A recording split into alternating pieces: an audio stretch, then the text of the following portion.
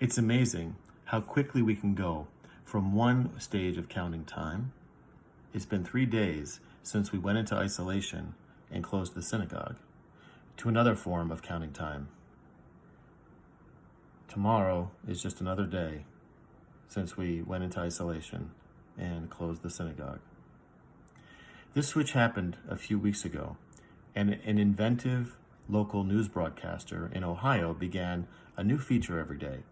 And the feature is called, "What Day Is It?" where the great reveal is, what's the day of the week? Keeping track of time in the beginning, when we were making quick adjustments, was easier, felt different. It was about newness, about turning in place, about how we were adapting and what we were bringing forth. But once we sank into a routine with no definite end in sight, keeping track of time feels different, right? Thinking about 21 days or 28 days or 35 days since we went into this form of isolation feels very different. It feels like we're counting not what we brought forth, but what we've lost, that we're counting down the days since we had a normalcy in our lives. And as we count the days of the quarantine with no fixed end in sight, it is a profound act of happenstance that on the Jewish calendar, we're counting days as well. We're counting the days of the Omer. Now, the Omer's primary purpose is counting with anticipation the days from the beginning of Passover, when we get redeemed by God from Egypt and we're brought free, over the next 7 weeks to the holiday of Shavuot, where we receive the Torah at Mount Sinai in God's act of revelation, where we receive our purpose, right? At least as a people, our job is to bring the Torah, and as individuals, to life, to make it more real in our world. And at least since the rabbis of the Kabbalah and Sfat in the 16th century, this time has also been thought of as a time of deepening our spiritual connections and of getting ourselves ready for that form of revelation. Now, along with this positive association, the Omer is also associated with a plague which struck the Jewish people in the land of Israel almost 2,000 years ago.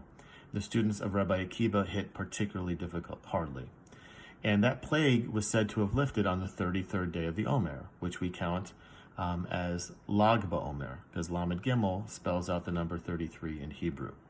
And that day is May 12th of 2020 this year. So the counting of the Omer has both a negative and a positive spiritual element.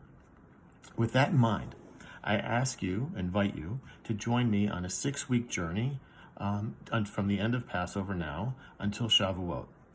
Each week, our goal will be to grow spiritually through a very accessible mitzvah. Each week focusing on a mitzvah that each of us can do easily in our home to expand our sense of mindfulness and appreciation for the things that we do have. And instead of counting down, help us to count up, to count towards the holiday of Shavuot. This first week, we will begin by being more mindful of what we eat. The rabbis wanted us to think about the miraculous world we inhabit, where nutritious and tasty food grows from the ground and sustains us. They created simple blessings by which we could express our appreciation before we would eat any food. This week, with the help of a blessing card that you can download from the Beth David website, which also has instructions and guiding questions, and that blessing card has blessings in Hebrew, English, and in transliteration, we can grow in appreciation by focusing our hearts and our minds each moment before we eat something new on everything that it took to bring that food into our hand, ready for us to enjoy. From the workers in the fields, to the transportation and distribution workers, to the people in our stores who are making it possible for us to shop and sustain ourselves at this time of pandemic. Focus your heart and your mind, and we can become more mindful and make this week a better week, one where we are more appreciative of what we do have. Let us not allow the necessary measures we must take to ensure the life of ourselves, our family, our friends, and our communities isolate us further. Let us use this time of forced separation to focus on building the skills that will help us connect to ourselves, to each other, and to God.